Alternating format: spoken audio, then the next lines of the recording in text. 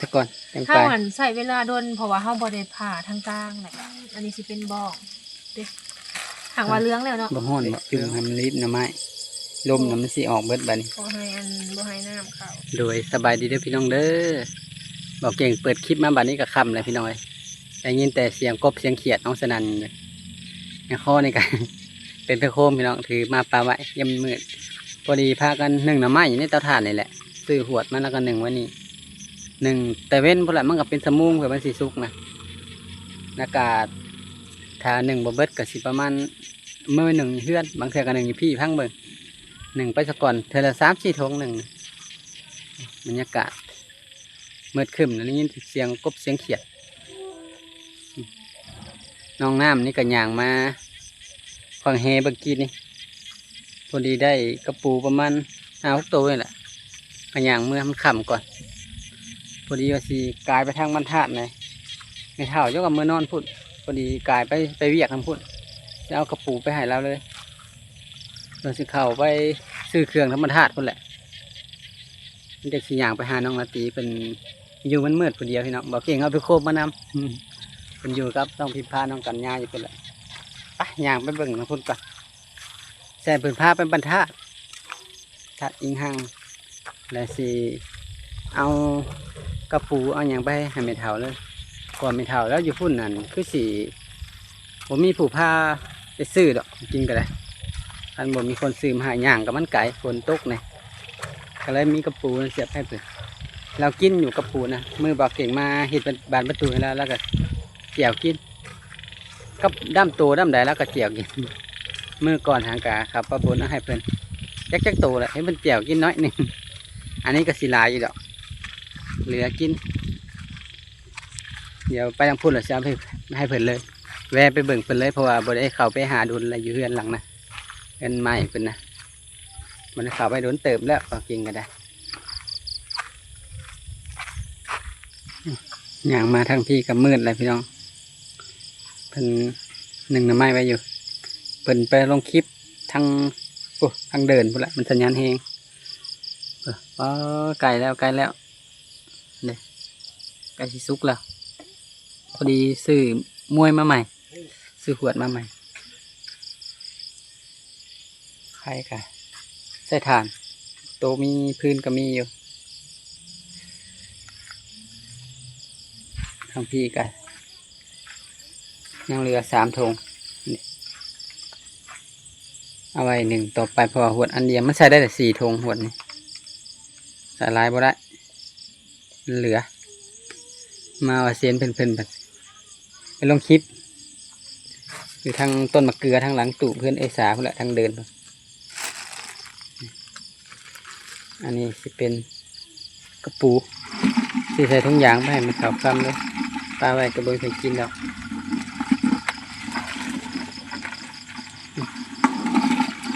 เลยหลายเติบไปได้7-8 ตัว8 ตัว 9 ตัวหรือ10 ตัวนี่แหละหลายเติบพอเจียวเดี๋ยวสิหาถุงใส่จะต้องตีเป็นเอาถุงไปว่าเอาใส่ถาเพิ่นมากก่อนทั้งสิหาถุงยางหมัดแล้วเสียไปให้เพิ่นเลย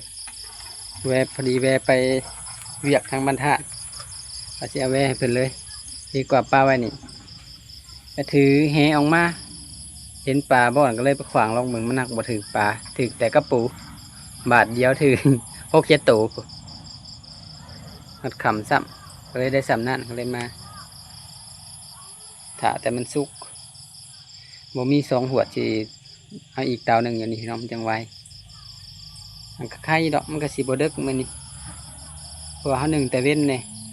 สมุงป่าอยู่ตรงเขาหนึ่งเพื่อมันสุกเพื่อมันผดเอาเลย3 ถุงเพิ่นมาอะไรพี่น้องโดยสบายดีเด้อพี่น้องจนค่ำเนาะ นี่สุกแล้วบ่ผมดูห่อนได้มีงวงหายจับอยู่เรื่องอ้อยห้อยเบิ่งก่อนป้าขับอันนี้พี่น้องว่าเป็นสุกแล้วบนนี้นะ เบิ่งเด้อป้าอันสุกแล้วก็อันนี้ซะก่อนจัง ถ้า ไป มันใส่เวลาโดนเพราะว่าเฮาบ่ได้ผ่าทางกลางน่ะก็ยังให้งามเหมือนน่ะพี่น้องก็เลย คือเหลืองหมดละจะโดนละ ทางกลางนี่จะเหลืองบ่ได้บ่กันได้เนาะเอาขึ้นมาเบิ่งก่อนก็ได้ เด้ มันเป็นน้ำไม้สังไพรมันก็แถวนี้ละ เนาะเบิ่งก่อนอันนี้สิเป็นบอกเด้หางว่าเลื้องแล้วเนาะ บ่ฮ้อนบ่เหลืองแล้ว บ่ธรรมดา เอาขึ้นมาก็ได้ขึ้นมาเบิดหา เบิ่งเลยเด้อ ทำได้แล้วก็ย่อหมอขึ้นมาเลย ได้เลยเด้นี่ ใส่น้ำใหม่ปลายไม่ได้ซื้อขาวๆนะ เนาะ แม่นพอดีเปื่อยเป็นหนึ่งอีก สังไพรพอแล้วเอาขึ้นมาเบิดหัน เอาขึ้นเลยเนาะ ขึ้นมาเบิดเลยเพราะว่าสิเอาตัวใหม่ใส่ เอามาฝากไว้นี่ก่อนเพราะว่าเอาสิอัน ที่มัดเนาะให้มันเย็นซะก่อน อืม หาน้ำมาใส่ให้มันเย็น เราต้องตักน้ำขึ้นมาก่อนเลยเอาปล่อยไว้นี่ก่อนก็ได้บ่เป็นหยัง เฮ้ยเอาตัวใหม่ลงเบิ่งน้ำดูมันมีบ่น้ำมันหนึ่งนะ เออย่าง3ถุงสุดท้าย เติมน้ำทองนี่เล็กก็ได้ อืม ทองลงๆมันสิบกละ เอาจับให้ก่อนได้บ่ฮอดได้ ได้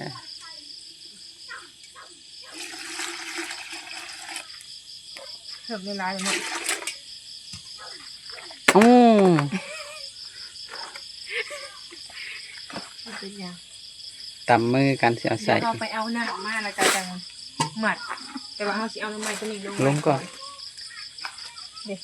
3ถุงพี่น้องสุดท้าย1มือได้กับอย่างหนึ่งแบบหลายถุงได้เอาไปทอดหลายๆนี่โอ้ยเอามาหลายๆเนี่ยใส่ได้หลายเนาะ นี่ใส่ได้4ถุง ได้หักชีคนหาจะได้ นี่ เขาสอนกันใส่ อันนี้มันค่าเหยงที่สุดเลยนี่ อันนี้เพิ่นยิบไว้บ่ให้เขาติด นี่ แต่ว่าเฮาก็เลยเอามาหนึ่งมาใหม่ก่อน พอดี จุใส่ไผ่ได้แล้วที่มีแต่มาตัวนี้จุตัวนี้ขาวก็พอแล้วเรียกลมเลยนี่เอาถ่านนี่ใส่ก็ได้ ได้แล้วยังอยู่ได้ดิได้แล้วว่าเพิ่นยังอยู่ไม่ทันใจเฮาใส่ใหม่นั่นนะ จะเอาน้ำใส่หม้อนี่ก็ได้บ่ แม่สิใส่นี่เต็มเลยเนี่ยเดี๋ยว ไป ไปเอา พี่ย่างพาพี่ย่าง เอาอีกหน่อยเลย มันบ่เห็นหุงล่ะอย่างนี้แต่เสียงกบเสียงเขียด ป้ายแต่น้ำใส่ น้ำเอามาใส่ให้มันเย็นแล้วก็ให้มันไหลอากาศออกเอาลงจุ่มน้ำไม้ลงลิฟต์ตัวน้ำไม้แล้วจงว่าแต่ปากมันบ่ให้มันน้ำเข้าเดี๋ยวมันสิบีบอากาศออก บรรยากาศยามกลางคืนพี่น้องลงไปทางใด ตรงนี้วะอาสิเนียงให้อย่างวะจับพุ่มไม้ลงน้ำหมอนี้ก็เผื่อไปเวียกมากก็จะว่าพอดีไว้จ้ะ ก็พอดีแล้วเพราะว่าเขาใส่น้ำลายนานบก อันนี้เขาสิเป็นไหลลมออกน้ำ ผมอันเดียว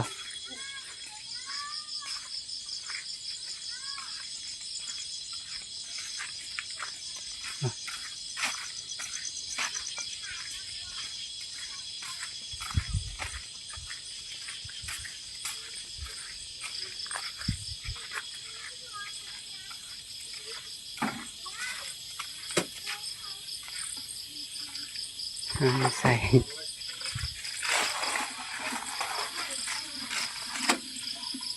เดี๋ยวไปเอายางกะปิไว้ตั้งแต่หนึ่ง ฮัลโหลเหลืองคักบอกพี่น้อง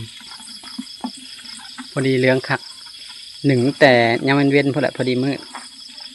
จังแล้วน้ำไม้สั่งไฟได้หลายทงเติบไปได้พี่น้องในเฮือนก็ได้เห็ดมือละ3-4 ทงมือได้เห็ด5-6-7 ทงก็เด็กก็เลยฮอดบ่ายโมง2 โมงพอละมือได้เห็ดหลายทงพอห้าไป1ใส่ซึ่งเบิ่งวิธีเพิ่นเห็ดเนาะไม่ถอน บริใส่แนวนั้นเลยเด้อเอามือเลยเด้อเอาแต่เอาออกทำนี่แหละน้ำมันจ้ะ ภาพก็เสียงมันมืดเลยพี่น้องบางส่วนบางตอนเล่งแสงเอา เลยเสือ ไม่เห็น เอาแบบตอนห่อนๆเลยได้บริใส่ให้เย็นเลย เลยเอาหนึ่งมันกัดหดลงมันอ่อนเลย มันกับพอดีกันนี่นะง่ายลายกับบงามแล้วก็ไหวเนี่ยหักกระหมัดเดี๋ยวนี้ละ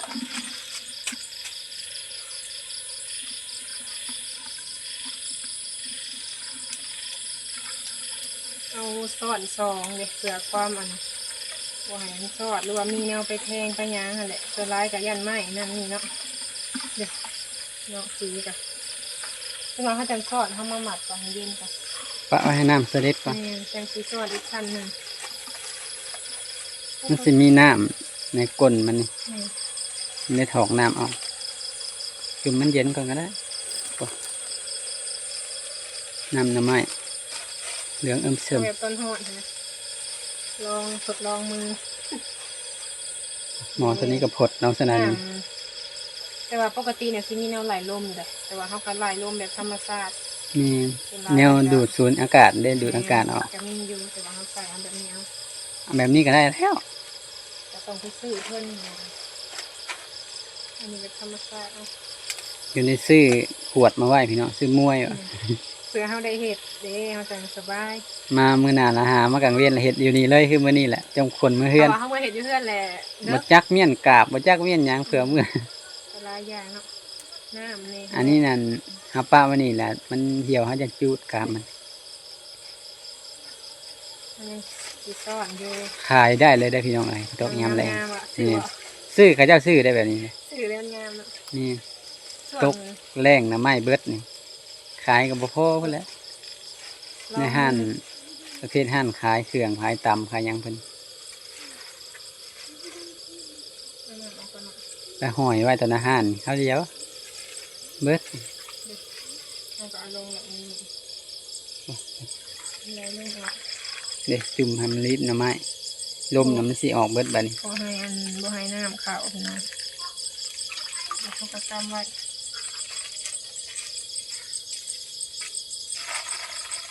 สางทง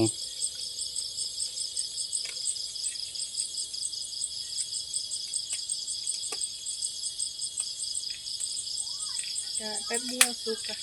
หน่อไม้นี่ค่ะสุกไวเลย นี่ อันหน่อไม้ตั้ง มัน ไข่ อ่อน เลยหน่อไม้ไล่เลยอยากแข็งหน้อยหนึงก็ใช้เวลาโดนแต่ละอันกับบ่คือกันหน่อไม้งามเนาะอันนี้สิเป็นบ่อเขาแยกบ่ได้เอาปนกัน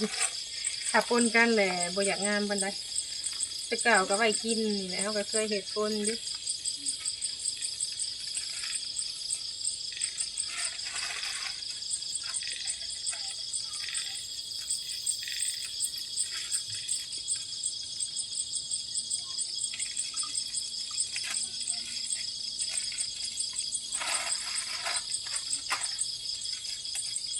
ทงสุดท้าย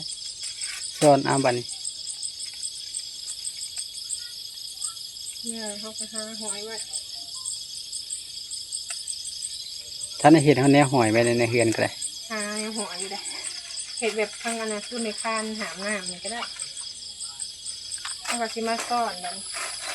มันหลายๆจังเห็ดคานพอดีตัดไม้ออกไปไว้แล้วเดิในหน้าเฮือน พ นะ อดีงามเลยกัน เขาก็มาสอดใส่แถวเฮือนไผ่แหละเอาเสือกพางมัดเป็นหูแล้วสอดเข้าวสอดเข้า เอาก็สิซ่อนอีกทงหนึ่ง กันลุ นี่ถ้าใส่ทงหนึ่งแล้วมีเสียงอยากขาดอยากเน่าไว้กลางคืนจะมีแต่เสียงแมงไหม้ในจังหวะกลางคืนอ่ะลองดู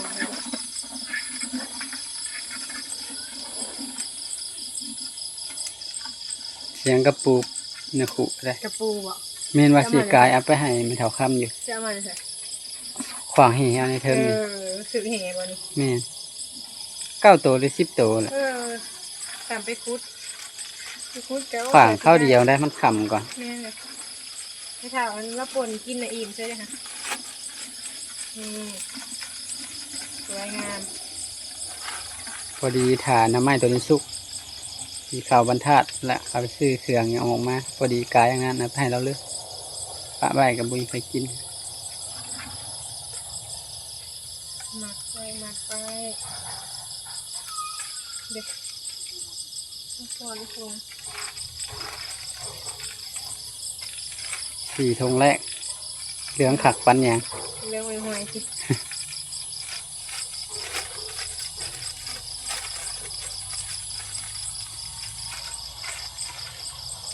แล้วก็หมักแบบนี้แหละพอได้ไว้กินเวลายามแรกน้องกับถ้าว่าใครแบบมีก้อนไม้กับโคตรเอียงก็ได้กินเนาะ เอากระเห็ดไว้มันก็ได้กินเท่าไหร่ได้แกงทำไมนะ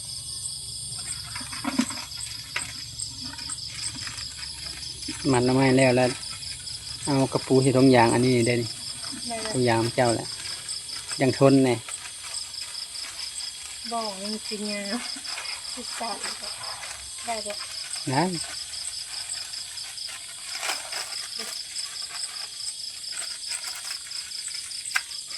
2 ถุงเผื่อเครื่องปรุงเผื่อพัก เต็มหม้อ ทำสีแกงดิทำสีกินนะ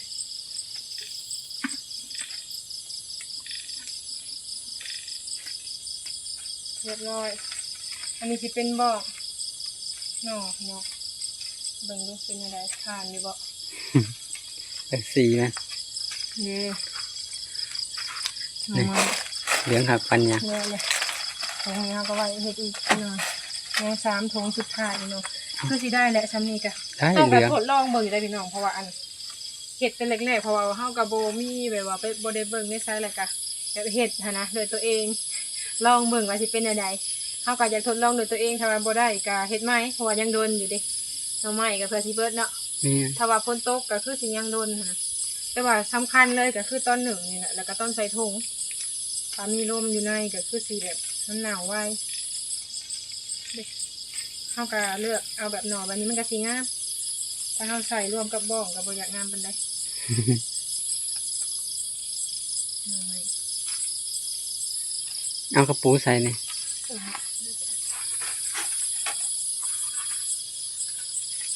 เด็กเสียงง่ายๆได้ดิสิ จับเดี๋ยวถอกใส่ซ้ำที่ยังก็ได้ มันครบถอกใส่ซ้ำก็ในกระซ้ำนั่นนี่ ข้าวเนี่ย นั่นน่ะ สีขาว หมอเนี่ยไว้เถอะนะน้ำไม้เถอะนะ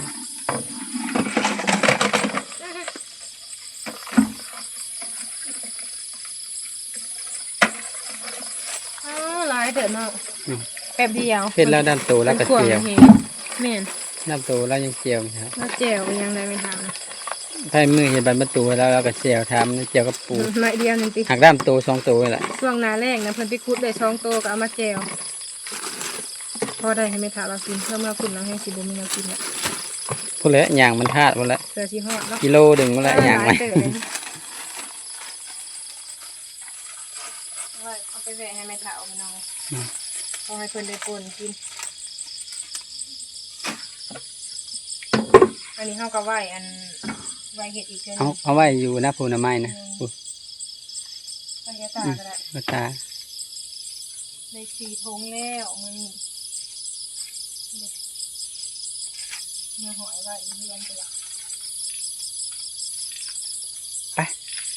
ตั้งแต่ดังไพ่ใส่แล้วก็ไปบัดนี้ แม่น ไปพ่ออยู่เฮือนแม่เฒ่าพุ่นละพี่น้องบัดนี้ มาฮอดอะไรพี่น้องเพิ่นเอาไปให้บอกเก่งอยู่เนาะแล้วนอนแล้วบ่ นอนแล้วบ่ยังบ่ได้นอนเราเบิ่งหนังแต่ว่าเรามาสตู พูดบ่แม่นเราขายข้างนั้นบ่ เรา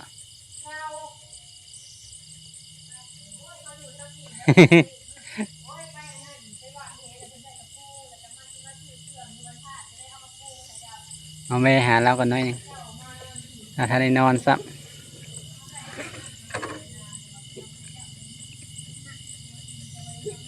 โอ้ยไม่เท่าเลย คนข้างนั่นเปื้อนโอ้ยระวังเด้อเฒ่าป้ามื้อนี้รถใหญ่เที่ยวเลยมึง น้อยยางออก ไป มา ที่ตรงอันได้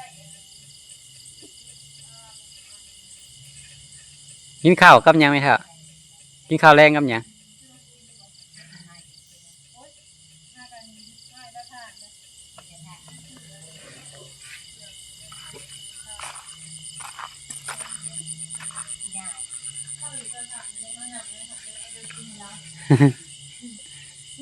จะบ่ได้เบิ่งหนังบ่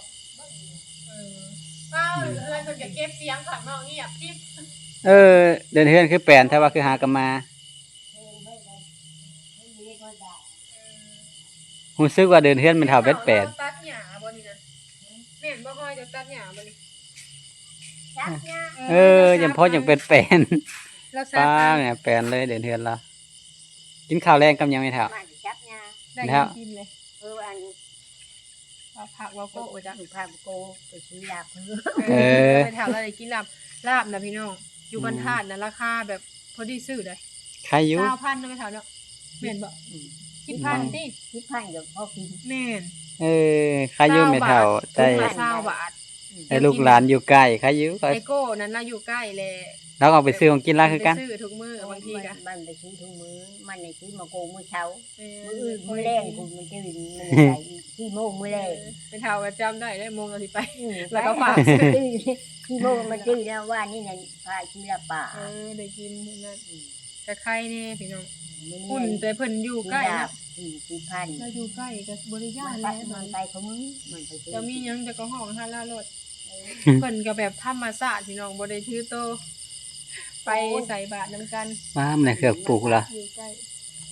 เครื่องปลูกก็งามมาแล้วเนาะไม่เท่า แม่นเฮ็ดเวียก คือ อยู่ คือพ่อมันจะดอกผู้ดีวัน เพิ่นอยู่กับน้องตุ่นอ๋อพวกนี้เป็นมังหุงไม่เท่านะ เป็นหมากมันบ่ไม่เท่า มาหาอยู่พี่น้องไม่เท่าแล้วสิเมื่อมื้ออื่นบ่จ้ะทางเมืองถ้าฝนบ่ตกเนาะ ข้างมือเป็นตัว การฝน เป็น ต ตัว ก ดอกคนนี้มั้ง จับมาตอนน่ะตอนเช้าตอนแรงตอนเพลนนี่บ่ บ้านนี่นะมาตอน8-9 โมง เอ นี่นะ อเพิ่นมาตอนสวยแล้ว หลายเลย อืม วัน พอดี นี้ เลย จะกล่าวว่ามืออันหอยท่านเชยนี่ตื้อ เออ ก็มือพูนมากพูนกับมันเบ็ดบอกได้มือชื่อ แม่นเลย หอยท่านเนอะอันนี้น้ำมันไปหมดเลย ไปเห็นอยู่ ไป เพิ่น แล้ว เห็นอยู่ เห็นเอนาหาอยู่ ออกไปก่อนไม่เท่า ไปออกหันเนาะ ไปแม่กลับก่อนไม่เท่าเอ้ย ออกแค่นี้แหละสบายสบาย